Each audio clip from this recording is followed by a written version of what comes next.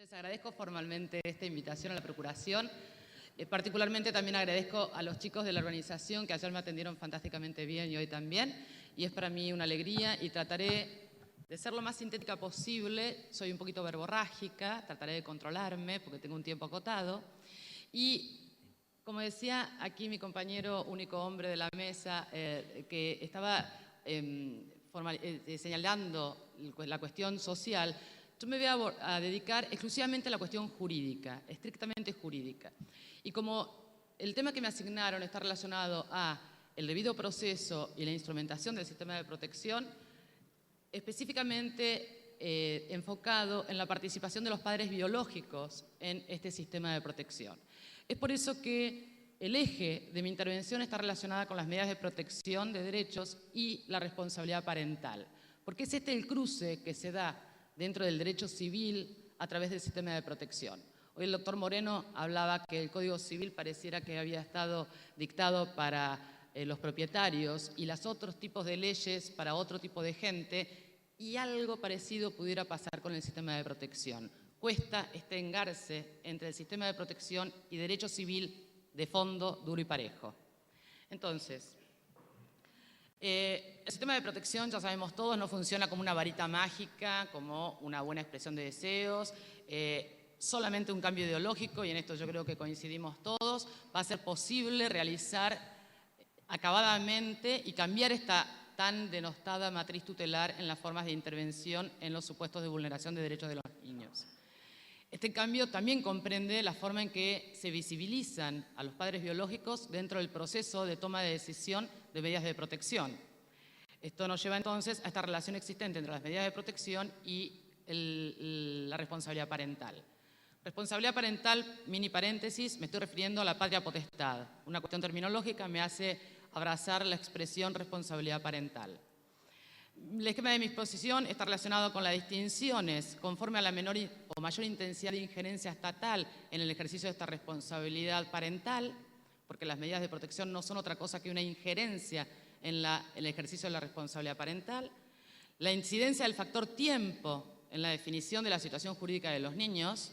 El tiempo es esencial y vital en la situación jurídica de los chicos, y la responsabilidad de los funcionarios estatales, sean administrativos o judiciales, ante la concreción de los daños irreparables que las situaciones que se van consolidadas en el tiempo provoca a los actores del conflicto. Ya sabemos todos que las medidas de protección se caracterizan por su profesionalidad, su justificación, control, efectividad, y que podemos distinguir entre ordinarias y extraordinarias. Pero todas ellas tienen una característica común: implican una injerencia estatal que debe ser justificada y de esta manera no es ilegítima en el ejercicio de la responsabilidad parental. La finalidad es la preservación y fortalecimiento de los vínculos familiares, favorecer el ejercicio de la responsabilidad parental que sea funcional al niño y al adolescente. Entonces, esta injerencia estatal tiene que estar dirigida a obtener ese pleno ejercicio de la responsabilidad parental, y solo en el supuesto que ello resulte imposible, brindar esa garantía a través de otros medios alternativos, de ahí la excepcionalidad de la separación del niño de su familia. Distingo entonces primero entre las medidas de protección respecto a la forma de ejercer la responsabilidad parental. Esta es una injerencia estatal de menor intensidad y que se limita a dilucidar a ver cómo se está ejerciendo este rol de padre. Un ejemplo rápido y concreto, provocado por la señora asesora de incapaces de Mar del Plata, que está acá a mi derecha. Lo deben conocer seguramente, el famoso fallo de la Corte de la Provincia de Buenos Aires, en donde ordena aplicar vacunación obligatoria a un niño cuyos padres concebían un modelo de salud o de cuidado de la salud diferente al tradicional o aquel que impone la vacunación obligatoria.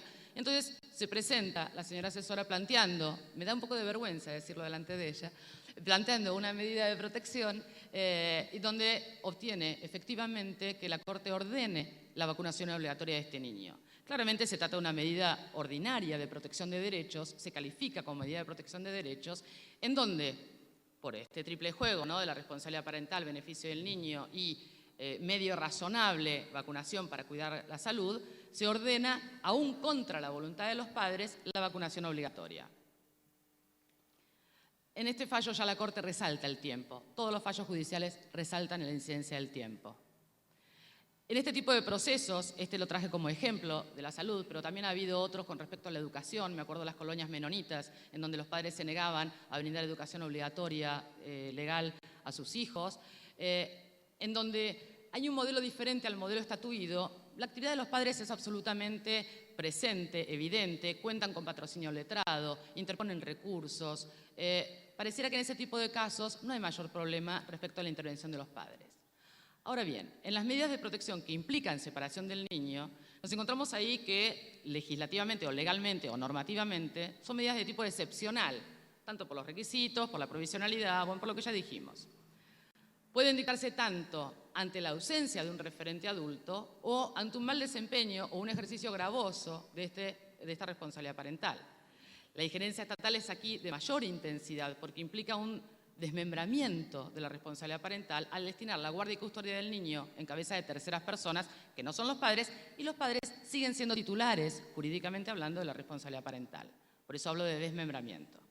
Podemos acá distinguir entre niños, niñas y adolescentes sin referente adulto o niños, niñas y adolescentes cuyos padres o referentes adultos amenazan o vulneran sus derechos. El tipo de intervención varía de acuerdo a si se trata de un supuesto a otro. Cuando no hay referente adulto, pareciera que la intervención de los servicios locales es bastante más clara o bastante más inmediata. Se dirige a procurar brindar a este niño contención y protección a través de una medida de abrigo que deberá ser notificada en plazo y término y dedicarse a buscar a los padres biológicos o algún referente adulto. Si no es posible, habrá que procurar inmediatamente la guarda, ¿no? ¿Cuánto tiempo estamos dispuestos a tolerar que este niño permanezca en una situación de indefinición jurídica en aras de buscar a la familia biológica o un referente adulto de esa familia biológica? Y esta guarda, para definir la situación jurídica, podrá ser con miras a una futura adopción o una guarda provisoria como medida cautelar, tal vez para tener el tiempo suficiente para agotar la búsqueda de estos familiares.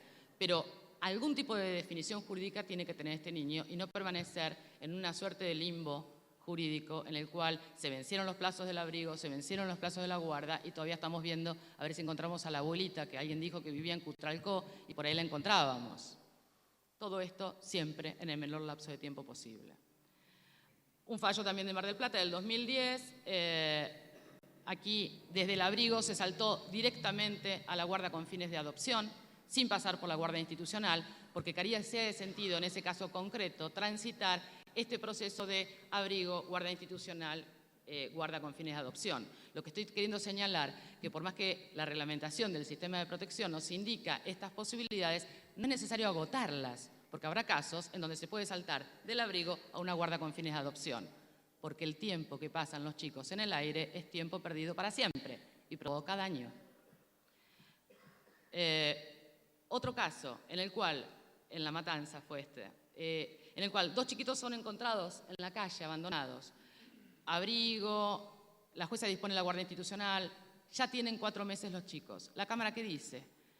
Más allá de que es necesario en un tiempo razonable encontrar una solución a estos chicos, ya mismo es necesario que estos niños estén siendo contenidos y criados en un medio alternativo familiar que no sea el hospital donde seguían estando los chicos, porque en el hospital no podían ser tratados 2 niños sanos. El hospital es para personas enfermas. Estos niños estaban sanos, pero estaban alojados ahí porque no sabían qué hacer con estos chicos. Entonces, como ahí se planteó el conflicto con 2 pretensos guardadores que hicieron la cuestión, dijeron, la guarda a uno de ellos y después veremos, una guarda simple, tipo medida cautelar. Siempre tenemos problema con esto, ¿no? ¿De qué guarda estamos hablando? Una guarda como medida cautelar me parece una decisión muy inteligente para resolver la situación y seguir en la búsqueda, que debe tener un final en el tiempo. No se puede prolongar las búsquedas indefinidamente. ¿Qué pasa con los niños y niñas adolescentes con referentes adultos que amenazan o vulneran los derechos? Desde que se dictó el sistema de protección con las diversas modificaciones, se está discutiendo en todos los encuentros y foros sobre si es necesario o no el consentimiento de los padres biológicos para que se configure la medida de abrigo. Es decir, si se trata de abrigo cuando los padres prestan consentimiento o no se trata de abrigo, conceptualizar la medida de abrigo. Yo no les voy a dar la respuesta por si querían encontrarla, no lo voy a hacer. Solamente creo que las circunstancias de tiempo concretas, las circunstancias reales de cada caso, pueden dar contenido a esta respuesta.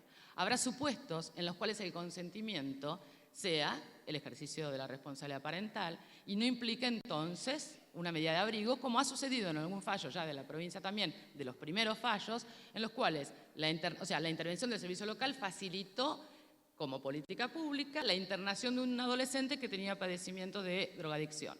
Entonces los padres dicen, ok, tomamos esta política pública y consentimos que este chico, este joven, sea alojado allí. Evidentemente se trata de una medida ordinaria, porque el servicio local intervino allí para promocionar, que es parte de su función, para acercar esta política pública. Y este consentimiento de los padres, o asentimiento dicen algunos doctrinarios, no es otra cosa que el ejercicio. Por lo tanto, no hay ahí una medida de abrigo que controlar. Si yo me voy, por ejemplo, a estas jornadas y dejo a mi hija encargada de su tía, a nadie le fui a decir, ni nadie controló si yo estaba ejerciendo bien o no mi rol de mamá. La dejé a cargo de una tercera persona. Ahora, ¿qué sucede cuando ante la intervención administrativa los padres o representantes legales consienten este alejamiento y colocación en algún instituto o en algún otro familiar? Esto, ¿se trata del ejercicio de la responsabilidad parental? Y si se trata del ejercicio de la responsabilidad parental, ¿reciben asesoramiento los padres respecto a este acta que firman en presencia del equipo técnico del servicio local? Jurídicamente, se produce un desmembramiento de la responsabilidad parental. Desmembramiento que está previsto en el Código Civil. Artículo 275 permite que los padres dispongamos dónde colocamos, perdón la expresión, pero el Código lo dice así, a nuestros hijos. Nosotros los dejamos a cargo de alguna otra persona. Esto se podría hacer perfectamente en sede administrativa también. Ahora bien, ¿tienen conocimiento los padres que están ejerciendo la responsabilidad parental? ¿O simplemente consideran que la autoridad les saca a los hijos y les impone firmar un papel? A mí me dijeron, yo tengo que firmar acá. El servicio local es la autoridad. A lo mejor los padres no se dan cuenta mucho si están ejerciendo un derecho o les imponen esta solución. ¿Se trata de un consentimiento libre e informado? Supongamos que efectivamente tienen debido conocimiento de las consecuencias. Durante el tiempo que están en este hogar sustituto, sea la cuñada, la tía, la abuela, quien sea, ¿cómo ejercen la responsabilidad parental? ¿Se organiza en sede administrativa un sistema de contacto paterno-filial? Si ante el consentimiento prestado no se configura una medida de abrigo y sencillamente se trata del ejercicio de la responsabilidad parental, ¿cuánto tiempo va a durar ese alojamiento? ¿Qué estrategias de fortalecimiento familiar se van a llevar a cabo? ¿Quién controla el desarrollo, éxito o fracaso de estas estrategias? ¿Qué hacen los servicios locales con estas actas en las cuales los padres prestan su consentimiento? Se archivan. Si se trata del ejercicio regular de una atribución legal otorgada a los padres, los mismos podrán poner en conocimiento del órgano administrativo, mire señor, yo presté mi consentimiento, no lo presto más, quiero la restitución de mi hijo. Y el órgano administrativo deberá restituir, y si no restituye, deberán ir a sede judicial. Si el servicio local advierte que ante la eventual recensión este chico va a estar en una situación de vulneración de derechos, tendrá que tomar el servicio local la medida de abrigo. Es decir, tiene una solución sencilla en términos técnicos o en términos jurídicos. Es por ello que a los fines de evitar intervenciones ineficaces, que esto es lo peor que nos puede pasar, las intervenciones ineficaces son las que socavan absolutamente el éxito de cualquier sistema normativo, desde el primer momento el órgano administrativo debería informar precisamente a los padres sobre qué es lo que está sucediendo con el consentimiento que está prestando y cuáles son las posibilidades de acción que tienen. Yo no estoy diciendo ni estoy sosteniendo una bilateralización o judicialización del sistema administrativo, porque si estábamos en la desjudicialización de las cuestiones asistenciales, no vamos a bilateralizar un mini proceso judicial en sede administrativa, porque realmente sería un desquicio y un desperdicio de recursos impresionante. Pero mínimamente que cuenten con la posibilidad de la defensa pública, si no cuentan con medios para la defensa privada, y que el defensor público sepa que aún ante la intervención del servicio local puede intervenir, y no esta cosa de, esto es administrativo, una vez que haya un problema judicial me viene a ver. ¿Qué puede pasar? Un ejemplo de un juzgado de Río Gallegos del año pasado, del 2010, que una madre realiza una serie de manifestaciones, las recoge la jueza en su sentencia, en la cual decide la anulación del acto administrativo que dispone la medida de protección. Dice, agrega que en sede administrativa nunca se le informó sobre sus derechos de defensa, omitiéndose ponerla en conocimiento de que podía contar con un patrocinio letrado. Y de esa manera se adoptó la decisión de arrebatarle a su hija de su hogar, de manera repentina y abrupta, sin importarles que también sufría amenazas físicas de su expareja, dejándole de esta manera a la autoridad de infancia el día 25 de junio de este año en un estado de absoluto desamparo al tomar la decisión de quitarle a sus hijos cuando en verdad había acudido a pedir ayuda a dicho lugar. Manifiesta que de la Oficina de Infancia se le hizo saber que, como consecuencia de las amenazas y actos de violencia que el señor X llevaba adelante, ella debía retirarse con sus hijos menores a un hospedaje y ante su negativa, ya que el lugar que se le ofrecía no era el propicio, le arrebataron a su hija de las manos, mientras que a los niños fueron operadores del ministerio a retirarlos de la guardería para alojarlos a todos juntos en un hogar. Añade que jamás se le advirtió que si no se retiraba de su casa le quitaría a sus hijos y luego de ello le expresaron que ella no velaba por la seguridad de los niños por su relación. Remarca la señora que no ha habido ningún acto administrativo fundado, debidamente notificado, conforme a las normas del debido proceso legal adjetivo, por el cual se adoptara la medida extrema de separación de sus hijos menores. Simple relato que no me importa acá, no me interesa si es verdad o mentira, sino lo que me interesa es la percepción del usuario o la percepción de la persona que va a ser asistida al servicio local o a cualquier sistema administrativo. Porque aquí no es un problema de quién es, si son más buenos o menos buenos los judiciales o los administrativos. Por eso yo hablaba del cambio de ideología, que hoy ya desde la mañana se está hablando de las buenas prácticas. Las buenas prácticas están relacionadas con la ideología de fondo de todo esto.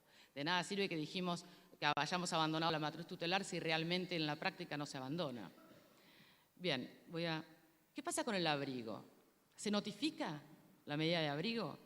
Una vez que se dispone el abrigo, salgamos de estas situaciones en donde hay consentimiento, se dispone el abrigo, ¿se notifica? Más allá de lo que sucede en la práctica, que tengo entendido que no se notifica, analizar esta cuestión nos obliga otra vez a meternos en la naturaleza jurídica, cosa que cuando yo lo digo en la facultad de naturaleza jurídica parece que dicen, no, hay otra vez este problema, pero es la clave de todo la naturaleza jurídica. Conforme al diseño legal, es la mayor demostración de esta aparición del sistema mixto administrativo-judicial. Las medidas de protección son dispuestas por un órgano administrativo y exigen revisión judicial. Es un acto administrativo con exigencia legal de convalidación judicial. Los motivos es lo que se controla judicialmente, el procedimiento, la finalidad, el plazo de duración y la forma de ejecución. No me detengo en esto. Pero como implican una injerencia estatal en el ejercicio de la responsabilidad parental, este desmembramiento, que debe ser razonable y fundada, de lo contrario no podría ser legalizada en sede judicial, requiere, en principio, ser notificada a los padres biológicos a fin de respetar el debido proceso legal. Pero es más, una razón casi de sentido común. Si la medida de abrigo es para trabajar en el fortalecimiento familiar, ¿cómo no se va a notificar a los padres formalmente si se tiene que trabajar con ellos, no contra ellos? Si teóricamente la medida de abrigo se toma para separar transitoriamente y provocar buscar el fortalecimiento familiar, ¿cómo no se los va a notificar y que los padres puedan ejercer lo que quieran ejercer y corresponda en derecho? Dije en principio, porque como todas las reglas uno podría admitir excepciones. ¿Cuál es la excepción? Que esta notificación no implica una dilación en el tiempo que sea contraproducente para esta situación. Por ejemplo, que se venzan los plazos buscando al padre o a la madre que está en Catamarca o está en un lugar lejano o lo que fuera. Un fallo también de Mar del Plata del año 2010 exactamente toma este criterio. El padre se había desentendido completamente y peor, si la privación de la patria potestad corresponde ante el desentendimiento absoluto de su hijo, ¿cómo no va a proceder la falta de notificación? Por eso reitero, en principio, no que la excepción se transforme en regla, al revés. Notificación, cuando no sea posible la dilación sea contraproducente para el niño, podría uno obviar esta notificación, pero el principio. Sigamos con el sistema normativo. Después del abrigo, ¿qué? Después del abrigo se nos aparece acá esta guardia institucional. Esta figura que nos da tanto trabajo a todos y, digamos, puede ser hasta de dudosa legalidad, en el sentido que se está aplicando judicialmente una medida que proviene de una indicación de una autoridad ministerial, ¿no? De una resolución ministerial. La guardia institucional es lo que mayor dolor de cabeza nos provoca a quienes estudiamos el sistema de protección. Sin embargo, participa de las características de una medida de protección que en realidad, como no tiene límite temporal preciso, es volver a la vieja institucionalización de los niños. Si el juez está tomando una medida de protección sin límite temporal, porque la ley no le impone el límite temporal de forma precisa, pues nos encontraremos en esta situación sine die de esta disposición del juez, que no es otra cosa que lo que pasaba antes. Alguna solución uno le puede encontrar haciéndole aplicación a la 26061, que también está vigente, y que la reglamentación de la 2661 nos da un plazo mayor, porque también es cierto, 60 días, que es el plazo máximo para el abrigo, es sumamente dificultoso que se pueda resolver algún tipo, por más buena voluntad y recursos que haya, que se pueda resolver estas situaciones de vulneración de derechos. Lo concreto que esta guardia institucional participa de las características de medida de protección, por lo tanto, excepcionalidad, subsidiariedad y provisionalidad. De lo contrario, se tratará de una privación ilegal de la libertad de un niño, decidida por un juez. La finalidad también es la misma, y siendo la finalidad la misma, el fortalecimiento familiar, procede también su notificación. Que aquí ya, con la guardia institucional, no hay tanto problema con la notificación, es más con la del abrigo. Ahora bien, ¿qué pasa con estas transformaciones que se producen con las guardias institucionales? Cuando empieza a pasar el tiempo dicta sentencia, dijeron hace un tiempito Grossman y Herrera en un artículo publicado en La Ley. Cuando el tiempo dicta sentencia, ellas lo decían en signo de pregunta, yo lo estoy afirmando, y me hago cargo de afirmarlo, en donde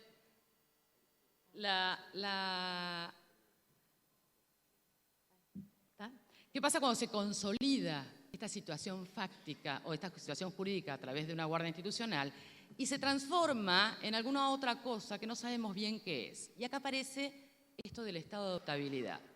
Otra cuestión que nos genera muchísimo dolor de cabeza a todos los operadores del sistema. ¿Qué es el estado de adoptabilidad en términos jurídicos o en términos técnicos? ¿Cuál es la naturaleza jurídica? Acá hay una gran discusión, que no nos vamos a detener ahora en esto. Si se trata de una constatación objetiva de una situación de desamparo o vulnerabilidad, o si se trata de una imputación subjetiva de responsabilidad, o sea, que los padres son los responsables de esta situación de desamparo o vulnerabilidad.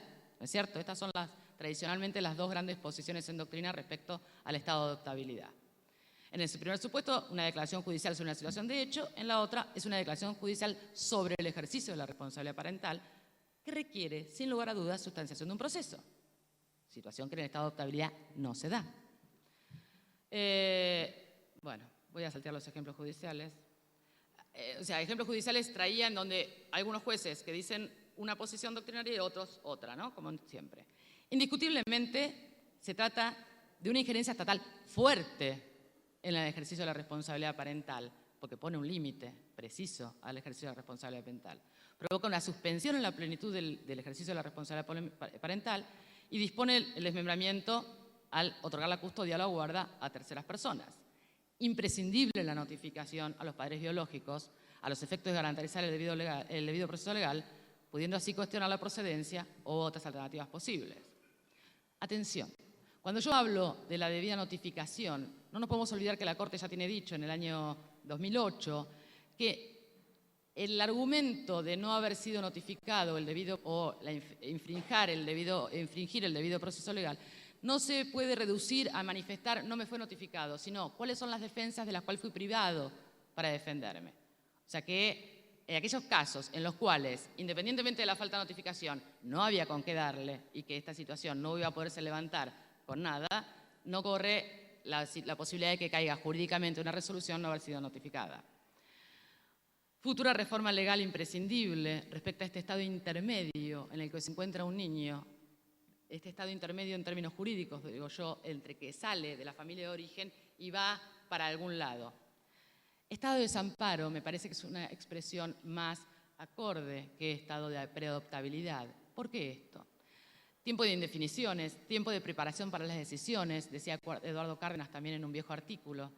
Porque agotadas estas medidas de protección, algo tenemos que hacer con estos chicos. Algo hay que hacer. Para eso se podrá recurrir a la adopción o un grupo familiar alternativo. Por eso yo digo estado de desamparo y no estado de preadoptabilidad. Porque no siempre será posible que desemboque una adoptabilidad. Pregunto yo, ¿cuántas adopciones tramitan de chicos de 15 y 16 años? Si pasamos los 4 o 5 añitos ya tenemos problemas de colocación. Entonces, otro medio familiar alternativo puede ser una solución posible. Hay otras figuras en el Código Civil que nos olvidamos, tutela, o sea, hay otras maneras de hacer trabajar al Código Civil en el sistema de protección. Si como último recurso la alternativa es la adopción, pues entonces corresponderá transitar las disposiciones del 315 y seleccionar a los guardadores, y este estado de desamparo nos va a servir para despejar la participación de los padres biológicos. Ahora, después nos encontramos con que la guarda también es notificada y después la pedido de adopción notificada. Es decir, se hace eterno el proceso hasta llegar realmente a una adopción. Problema. Consecuencias del paso del tiempo. Para ir terminando, porque ya las moscas me están invadiendo. Existe coincidencia en todos, y estoy segura que todos están de acuerdo, que el tiempo es fundamental en las situaciones relacionadas con la niñez. El tiempo es esencial en esto. Este tiempo debería ser, según la normativa legal, convencional, constitucional, destinado a fortalecer estos lazos familiares. Sin embargo, constatamos que esto no sucede muchas veces. Pasan los años, los meses, y todos sabemos que de un día sigue otro día, y después un mes, otro mes, y así se llegan a los años. ¿Quién es responsable por los daños que esta situación provoca? ¿Los padres biológicos por realizar planteos, interponer recursos, agotar las instancias judiciales? ¿La morosidad judicial en la toma de decisiones, aún ante planteos recursivos? ¿La morosidad administrativa en la puesta en acción de las medidas tendientes a lograr el fortalecimiento? ¿La falta de control, o sea, el gran bonete, ¿no? ¿Quién controla?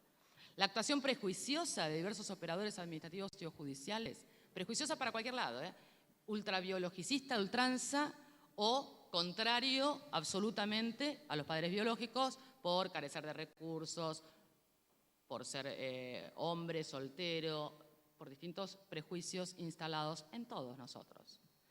De todas las respuestas posibles, pareciera que la intervención de los padres biológicos en los procesos administrativos y judiciales no es la más acertada. Que los padres biológicos que realmente pretenden ejercer su responsabilidad parental intenten hacerlo es un derecho que podrá no ser satisfecho, pero el ordenamiento jurídico debe garantizar tal intento, con la única limitación que sea resuelto en un tiempo razonable. Y acá viene la cuestión de la responsabilidad civil del Estado a través de sus funcionarios. Lamentablemente, los funcionarios tienen esto, nombraban hoy, son autoridad y tienen responsabilidad. Los abogados particulares tenemos responsabilidad civil también derivado del ejercicio de nuestra profesión. La responsabilidad es un tema no muy trabajado, la responsabilidad civil de los funcionarios, pero sin lugar a dudas tenemos ejemplos concretos de esto. Traía acá el detalle del caso Fornerón, que tal vez ya lo conozcan, caso por el cual Argentina es denunciada ante la Convención y ante la Corte Interamericana de Derechos Humanos, que ha declarado ya su admisibilidad. Un padre que no ha podido ejercer el rol de padre de su hija, que fue entregada por su madre. No voy a detallar acá, pero lo que me interesa destacar son los tiempos en que se tardó en tomar las decisiones judiciales. Y los fallos permanentemente están diciendo, ¿y qué vamos a hacer ahora? Ya pasó todo este tiempo, se consolidó una situación de hecho, por lo tanto la tenemos que ir reafirmando. La Corte Interamericana también está haciendo lo mismo, porque está pasando todo este tiempo sin que resuelva, con lo cual este mismo argumento en contra está sucediendo igual. El tema es, ¿quién es responsable de esto?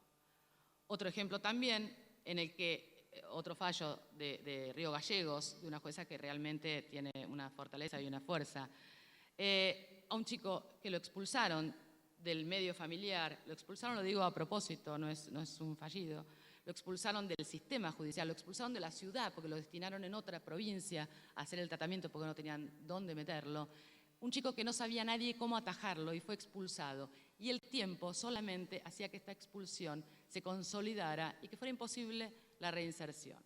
En definitiva, desarmar un modelo para reconstruir otro da un trabajo enorme. Ya lo decía Mary Beloff hace muchos años en su famoso libro del sistema interamericano. La implementación del sistema de protección ejerce un esfuerzo conjunto. Por eso celebro que mañana se trabaje en los talleres en forma conjunta en el Poder Administrador y el Judicial. Esfuerzo que requiere mantener un equilibrio entre la justa garantía de debido proceso y la incidencia del tiempo en la situación jurídica de los niños. Y que implica no solo un fuerte compromiso moral o de cierta sensibilidad especial que tenemos los operadores de familia, que está bien que la tengamos, pero no se trata de una sensibilidad especial, sino una responsabilidad jurídica que tenemos en el trabajo que realizamos con respecto a la niñez. Todo ello para evitar que sea simplemente un cambio formal y no otra cosa. Muchas gracias.